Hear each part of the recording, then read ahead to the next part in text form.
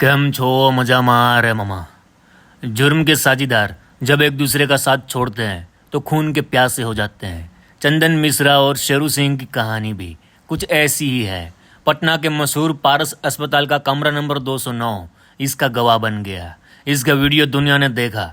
दूसरी मंजिल पर मरीजों के लिए बने वीआईपी कमरे में एक साथ पिस्टल में गोलियां लोड करते 5 लोग दाखिल हुए और फिर काम तमाम करके ही बाहर निकले। पहले से गर्म बिहार का सियासी माहौल उबलने लगा। जिसे गोलियां मारी गई वह बक्सर का खूंखार अपराधी चंदन मिश्रा था।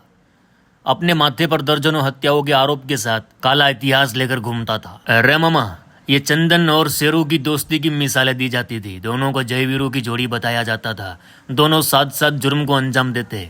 मामला जब खटका तो ऐसा कि एक दूसरे के खून के प्यासे हो गए। इसकी दोस्ती अब दुश्मनी में बदल गई थी। इस बात का अंदाजा सांसद पप्पू यादव की बातों से भी लगाया जा सकता है। पप्पू यादव ने कहा, एक ठो आरा का शेरू हुआ है जो मर्डर करवाया, हमको फोन करवाया है। पप्पू यादव को कह दीजिए इस मर्डर में हाथ न डाले। पप्पू यादव ने आगे कहा कि कानून के कारण वह चुप है, नहीं तो उसका साम्राज्य मिटाते देर नहीं लगेगी। इसी दरमियान उन्होंने किसी सुबोध नाम के शख्स का नाम लिया। इसके अलावा उन्होंने कहा कि गोपाल खेमका को एक नेता ने जमीन की वजह से मर्डर करवाया। वैशाली जिले के गोरल थाना क्षेत्र अंतर्गत पीरापुर गांव में पप्पू यादव ने यह बयान दिया। बताया जाता है कि क्रिकेट खेलने के दौरान शेरू और चंदन की दोस्ती हुई। बिहार के बक्सर जिले के सिमरी गांव का शेरू सिंह रहने वाला है। शेरू का असली नाम ओंकार नाथ सिंह है। सिमरी के बगल के गांव सोनबरसा का चंदन मिश्रा रहने वाला था। दोनों का शौक क्रिकेट रहा। क्रिकेट खेलने के दौरान ही दोनों की दोस्ती भी हुई।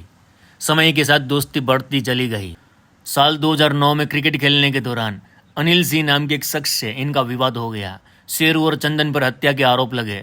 नाबालिग होने के चलते दोनों को बाल सुधार गृह भेज दिया गया।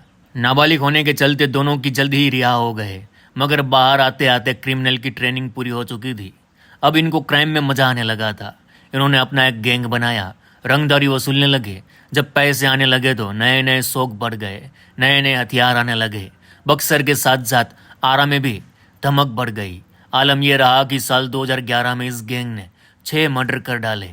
मार्च 2011 में मोहम्मद नौशाद की हत्या, अप्रैल 2011 में भरत राय का मर्डर, मई 2011 में जेल के क्लर्क हैदर अली की हत्या, जुलाई 2011 में शिवजी खरवा और मोहम्मद निजामुद्दीन का मर्डर और अगस्त 2011 में चूना व्यापारी राजेंद्र केसरी की हत्या में शामिल है। ये रबिडू बताया जाता है। चूना कारोबारी राजेंद्र केसरी की हत्या 21 अगस्त 2011 को हुई थी। राजेंद्र केसरी ने रंगदारी देने से इनकार कर दिया था। राजेंद्र केसरी की हत्या से एक दिन पहले इसका ऐलान किया गया था। 20 अगस्त को चंदन ने कहा था कि राजेंद्र केसरी को कल मारूंगा और चंदन ने ऐसा कर भी दिया। चंदन और शेरू ने मिलकर वारदात को अंजाम दिया, मगर पाप का घड़ा भर चुका था रे। इस मर्डर के बाद दोनों दोस्तों के बीच पैसों को लेकर खटपट हो गई। दोनों ने अलग अलग गैंग बना लिया। राजेंद्र केसरी मर्डर केस में शेरू और चंदन गिरफ्तार कोलकाता से हुए। बक्सर में इनकी कोर्ट में पेशी हुई। भागलपुर और पटना के बेऊर जेल शिफ्ट किया गया। बताया जाता है कि जेल से ही दोनों अपने अपने गैंग को ऑपरेट करते रहे।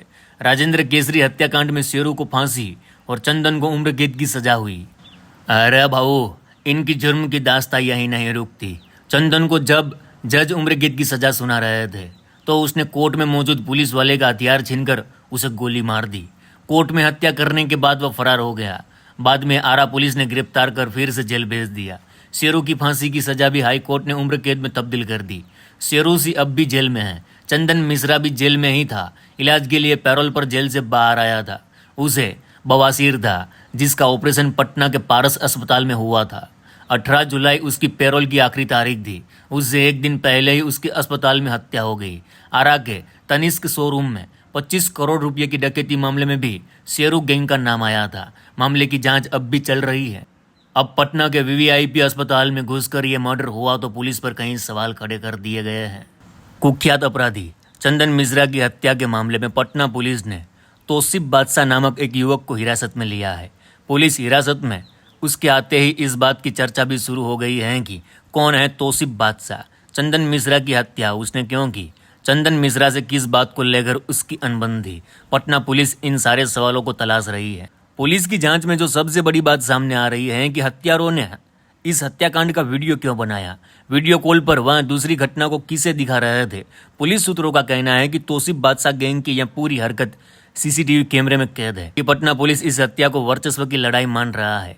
पटना के एसएसपी कार्तिकेय शर्मा ने कहा कि सभी सूत्रों की पहचान कर ली गई है, पुलिस उनके इतिहास खंगाल रही है और लोकेशन के आधार पर छापेमारी कर रही है। अभी तक सिर्फ तौसीफ बादशाह को ही पुलिस ने हिरासत में लेकर पूछताछ की है। तौसीफ पुलिस को हत्या को लेकर क्या कुछ इनपुट दिया है, इस पर पुलिस फिलहाल चुप है। पुलिस इस बात की जांच कर रही है कि क्या तौसीफ पटना सहित प्रदेश के अन्य कुख्यात अपराधियों के लिए सूत्रों की व्यवस्था करता था या फिर खुद सुपारी लेकर उसकी हत्या करवाता था। चंदन मिश्रा आईसीयू में है और आईसीयू का कमरा नंबर 209 है। इस बात की जानकारी तौसीफ को किसने दी? अस्पताल में प्रवेश करने के बाद चंदन मिश्रा किसी से कुछ नहीं पूछता है, वह सीधे कमरा नंबर 209 में कैसे पहुंच गया। पटना पुलिस को इससे जुड़े कोई साक्ष्य अभी तक नहीं मिले। सीसीटीवी फुटेज में भी पटना पुलिस को इस बात के कोई संकेत नहीं मिले हैं। फिर उसे कैसे पता चला कि चंदन मिश्रा कहाँ पर है? अस्पताल में हर कोने में सीसीटीवी कैमरा लगा है। इस बात की अगर तौसीफ को जानकारी थी तो उसने क्यों बिना चेहरा ढके अस्पताल में प्रवेश किया और कमरे के सामने ही अपने गैंग के साथ हथियार निकाला? इसके पीछे उसकी क्या मंशा थी? कहीं वह ऐसा करके पटना में अपनी एक नई रंगदारी की शुरुआत तो नहीं करना चाहता था? पुलिस इस एंगल में भी जानकारी जुटा रही है। पुलिस का दावा है कि चंदन मिश्रा हत्या में शामिल सभी अपराधियों की पहचान कर ली गई है। शूटर के ठिकानों पर पुलिस निरंतर छापेमारी कर रही है। कुछ लोग इस घटना के पीछे शेरू गैंग का हाथ बता रहे हैं।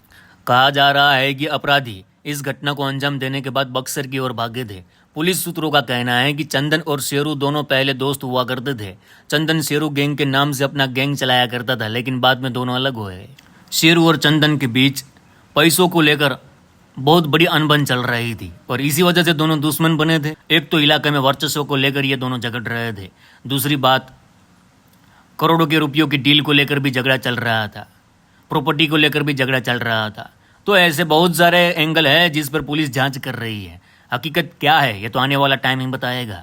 तो मामा आज के लिए बस इतना ही। चलो इस गुज्जू भाई का राम राम, मिलते हैं फिर।